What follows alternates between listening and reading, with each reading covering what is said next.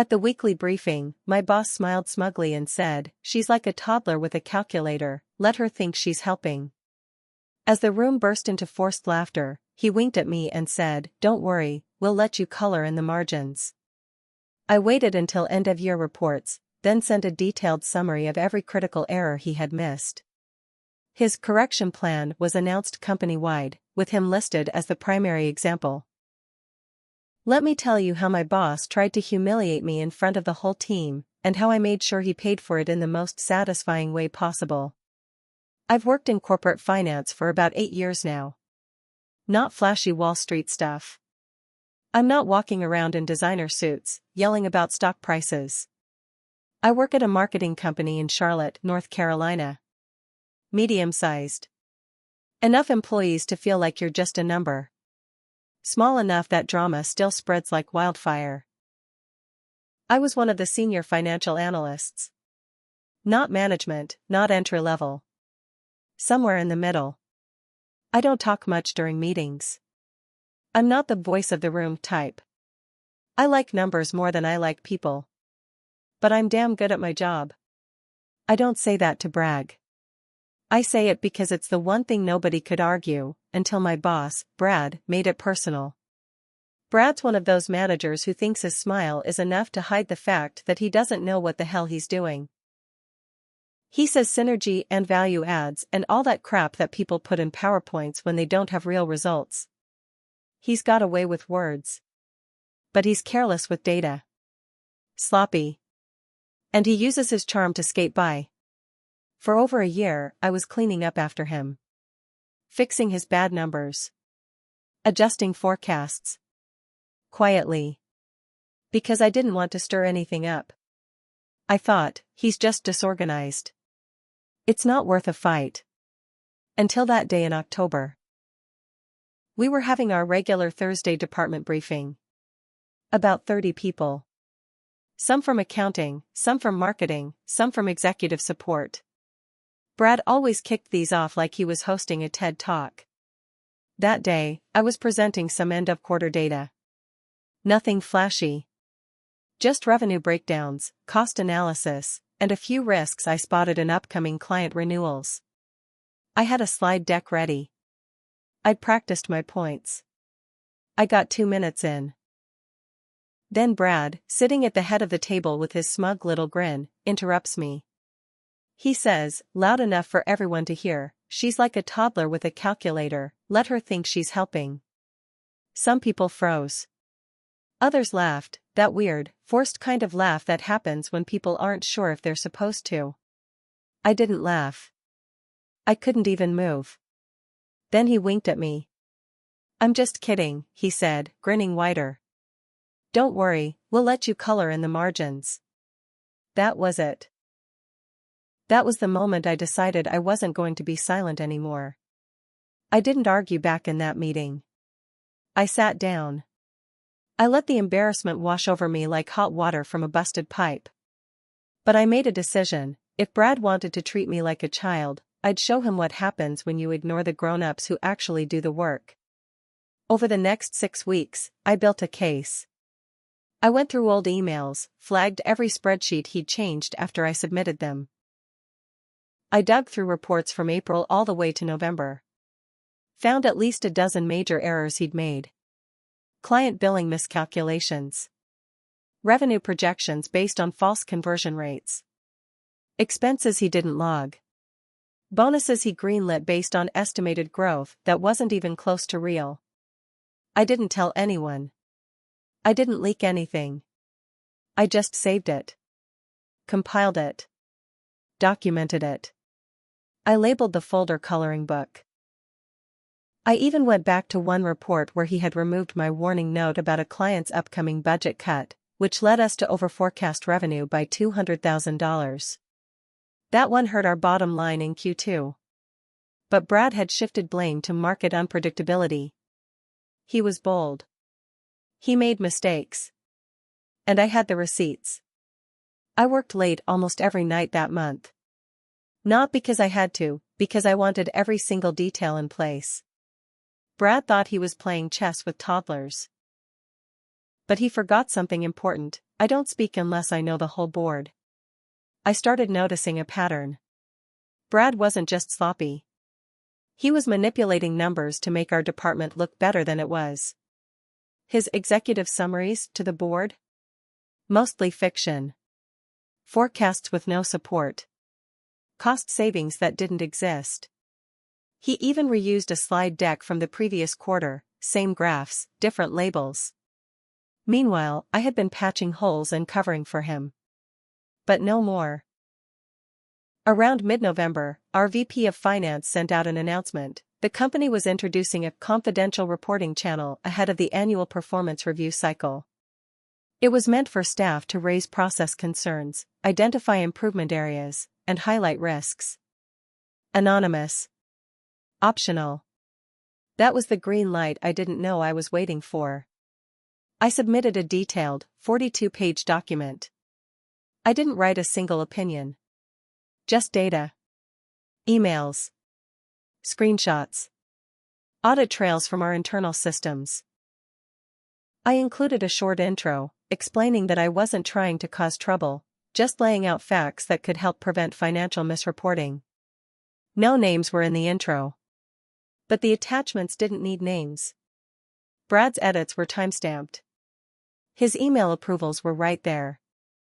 I attached it and hit send. Then I waited. Nothing happened for 2 weeks. Brad was as smug as ever. He didn't know anything. In fact, he bragged during one meeting that we were on track to exceed all KPIs and that executive leadership sees us as the top-performing department this year. I kept quiet. The email came on a Monday morning. Everyone saw it. Subject: Departmental Process Improvements, 2025 Fiscal Preparedness sent from VP of Finance. It included a 3-page memo detailing a new oversight structure. Every manager had to submit monthly report audits. Every major forecast had to go through a 2-person validation check. And then came the kicker, attached, case study, financial reporting risks in Q2, Q4. Brad's name was mentioned 4 times. Twice as the reviewing party who approved erroneous data. Once as a case example for process failure in internal review. And finally, as part of the new accountability program, where he was listed as the first manager required to complete mandatory weekly compliance sessions. People whispered for days. Brad didn't speak much that week. His office door stayed closed. Rumor was, he got pulled into multiple meetings with legal and compliance. And me? I didn't say a word. Didn't celebrate. Didn't gloat. But the day the memo dropped, I changed the name of my private folder from Coloring Book to Brad's Retirement Plan. Because this wasn't over yet. I thought Brad would lay low after the correction plan. Maybe disappear for a while. But that wasn't his style. He didn't just want to survive, he wanted to save face. The week after the memo hit, he started showing up early. Holding more meetings. Sending long, desperate emails about new strategic initiatives and rebuilding trust through transparency. He was trying to take control of the narrative, make it look like he was leading the fix, not being punished. But it didn't work. One of his old buddies from marketing, a guy named Kyle who'd always kissed up to him, stopped by my desk one afternoon. He leaned in and whispered, "Hey, was that you? The report?" I looked him straight in the eye. "What report?" He nodded like he understood. "Just, you're not the only one. People are tired of him." That's when I realized something bigger was happening. Brad hadn't just burned me. He'd screwed over a lot of people. And I wasn't the only one with receipts. A week later, I got an anonymous email. Sent from a burner address. It had no text. Just 2 attachments. One was a slide deck, a campaign results report from Q3. The other was a spreadsheet comparing the official numbers Brad had sent to the board, with the real numbers pulled from Salesforce. The real numbers were bad. The official ones? Cooked to hell. This wasn't my data. It came from the digital team. Someone else had started digging. Someone who wasn't willing to stay quiet anymore. Then came another. This time from someone in procurement. It showed a vendor invoice that had been split across 3 accounts to avoid exceeding budget thresholds, something Brad had approved. He wasn't just sloppy. He was hiding things. The company didn't realize they were sitting on a time bomb. But now, people were waking up, and I was at the center of it. Late November, Brad tried to flip the script. He called a surprise meeting with the finance team, just 6 of us. He walked in with printed packets. Smiled like nothing was wrong. "I know it's been a tough month," he said, fake warmth dripping from every word. "There's been confusion. Misunderstandings. But I want us to come together stronger. As a team." Then he started assigning new roles. Micromanaging. He gave me a revised checklist for report submissions. Everything had to go through him first now. No exceptions. No independence. It was retaliation, plain and simple. He thought he was putting me back in my place. But I wasn't playing defense anymore. 3 days after that meeting, I found out Brad had gone to HR. He filed a complaint against me. Said I was insubordinate, difficult to manage, and had withheld critical information during report preparation. He even accused me of being the reason for the Q2 forecasting error, the one he had changed without telling me. I was stunned. For a minute. Then I walked into HR with a printed copy of our email chain from that exact week. I highlighted the part where I warned him about the error. And he replied, "Don't worry, looks good to me." The HR rep didn't say much. Just nodded. Took notes. But 2 days later, I got a call from legal. They weren't investigating me. They were building a case against him. By mid-December, Brad wasn't smiling anymore. His charm had faded. His voice, once booming and smug in meetings, was quiet now. He looked over his shoulder when he walked down the hall. He barely spoke unless he had to. His calendar had private meetings blocked off every other day, HR, legal, compliance. But he wasn't going down without a fight. That week, I got my first ever performance write-up. It came in an internal envelope. 1 page. Generic language. Lapses in team communication, missed alignment, collaborative tension. Brad had signed it. He didn't say anything. Just sent it through a junior admin like a coward. But I knew what he was doing, trying to plant a seed. Build a paper trail. Paint me as difficult before anything hit the fan on his side. So I did what I always did, I documented. I responded with a formal rebuttal. Included emails. Task logs. My performance numbers. I CC'd HR. And then I made a phone call I'd been holding off on. I reached out directly to the VP of Finance, the same one who had sent the correction plan memo. I didn't go through any back channels. I didn't sugarcoat anything. I told her I had concerns that Brad was retaliating against me. I said I had documentation. I said I believed his errors and misconduct went deeper than the correction memo reflected. I asked for 30 minutes of her time. She gave me 15. I walked her through 5 specific incidents. Showed her how he had knowingly altered projections. How he took credit for my work. And how, now that questions were being asked, he was trying to cover himself by pushing blame back down. She didn't say much. But her eyes said everything. At the end, she nodded once and said, "Thank you. I'd like to keep this between us for now." I walked out of that room knowing something had shifted. The following Monday, someone leaked a portion of the correction plan memo to the broader company Slack. It wasn't me. The screenshot showed Brad's name next to a bullet point, failure to validate revenue assumptions, resulting in significant reporting discrepancies. That line spread like wildfire. People were furious. Sales teams that had missed bonuses because of performance slumps suddenly started asking questions. Project leads that had their budgets cut were digging up their own reports. It wasn't just a bad quarter. Brad had buried them under false numbers, and now they wanted answers. And I wasn't the only one with proof anymore. Friday. 4:02 p.m. A company-wide message from the VP of Finance.